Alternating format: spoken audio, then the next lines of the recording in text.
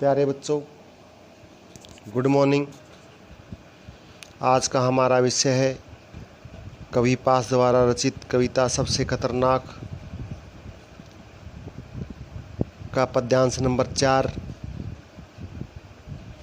जिसमें कि वह समाज में प्रतिकूल परिस्थितियों के बारे में चर्चा कर रहा है और वह बताता है कि हमारे जीवन में कौन कौन सी स्थितियां खतरनाक होती हैं और कौन सी खतरनाक नहीं होती। अब हम पैसेज नंबर 4 को पढ़ते हैं। सबसे खतरनाक वह चांद होता है जो हर हत्याकांड के बाद वीरान हुए आंगनों में चढ़ता है, पर आपकी आंखों में मिर्ची की तरह नहीं गड़ता है। सबसे खतरनाक वह गीत होता है आपके कानों तक पहुंचने के लिए जो मर्सिये पड़ता है, आतंकित लोगों के दरवाजे पर जो गुंडे की तरह अकड़ता है। कठिन शब्दार्थ: हत्याकांड, हत्या की घटना, वीरान सुनसान जगह या सुनसान, गड़ता चुभता। मर्सिये होता है किसी की मृत्यु पर गाए जाने वाला गीत। आतंकित होता है आतंक के कारण सताए हुए या भयभीत लोग। कवि ने इसमें सबसे खतरनाक स्थितियों की चर्चा की है और वह कहता है कि समाज में फैले अन्याय और आतंक का विरोध न करने वाले जीवन को सबसे खतरनाक माना गया है। कवि की दृष्टि में लोगों का सपनों को मार देना, लक्ष्य से भटक जाना था, सब कुछ चुपचाप सहन करना ही खतरनाक स्थितियां हैं। इसमें कवि वर्णन करता है कि चारों ओर फैले आतंक के वातावरण में जब हत्याकांड की घटनाएं घटती हैं, घर आंगन उन हत्याकांडों के कारण सुनसान हो जाते हैं, पर फिर भी जो चांद आसमान में निकलकर उन वीरान स्थानों पर रोशनी बिखेरता है, वह सबसे खतरनाक होता है।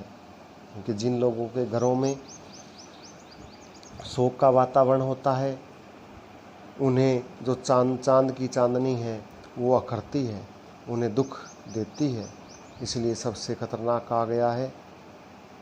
और उससे भी अधिक खतरनाक वह स्थिति है जब कुछ लोग उस चांद की चांदनी का आनंद लेते हैं, जबकि पड़ोसियों के यहाँ दुख का, कष्ट का वातावरण है। वह उन लोगों की आंखों में मिर्ची की तरह नहीं लगता, अपितु वह तो उन लोगों को खुशी देता है। यहाँ कवि प्रतीकात्मक शब्दावली के माध्यम से बताता है कि आज जब आतंकी गतिविधियों के कारण लाखों लोग हत्याकांडों की बलि चढ़ रहे हैं, यानी कि लाखों लोग मारे जा रहे हैं, जो अन्य लोग उनके गम में शरीक होने की बजाय अपनी खुशियों में मगन रहते हैं, जिनके घर के सदस्य मृत्यु की गोद में सो जाते हैं, जिनके घर वीरान हो जाते हैं, उनके दुखों को बांटने की अपेक्षा लोग अपनी खुशियों में लीन रहते हैं। ये आतंकी गतिविधियां, ये प्रतिकूल परिस्थितियां उन लोगों को कोई दुख नहीं पहुंचाती। ऐसी स्थिति खतरनाक है। कवि का मानना है कि वह गीत खतरनाक है जिसे लोगों तक पहुंचाने के लिए मर्सिये पड़ते हैं, अर्थात जो लोगों की लाशों के करुण रुदन से उठता है। इसे सुनकर भी लोगों के मन में विरोध की अग्नि नहीं सुलगती। वह स्थिति खतरनाक है जिसमें आतंक से पीड़ित लोगों के दरवाजे पर करुण रुदन का गीत गुंडे की भांति अकड़ता रहता है, परंतु लोगों का खून नहीं खौलता, उन्हें गुस्सा नहीं आता, उनके संकल्प नहीं जागते। वे इस करुण रुदन के गीत को दबाने के लिए नहीं उठते। इनके लोग हैं वो संवेदनहीन हो चुके हैं, उन्हें किसी दूसरे इंसान से कोई मतलब नहीं है। काव्य सौंदर्य।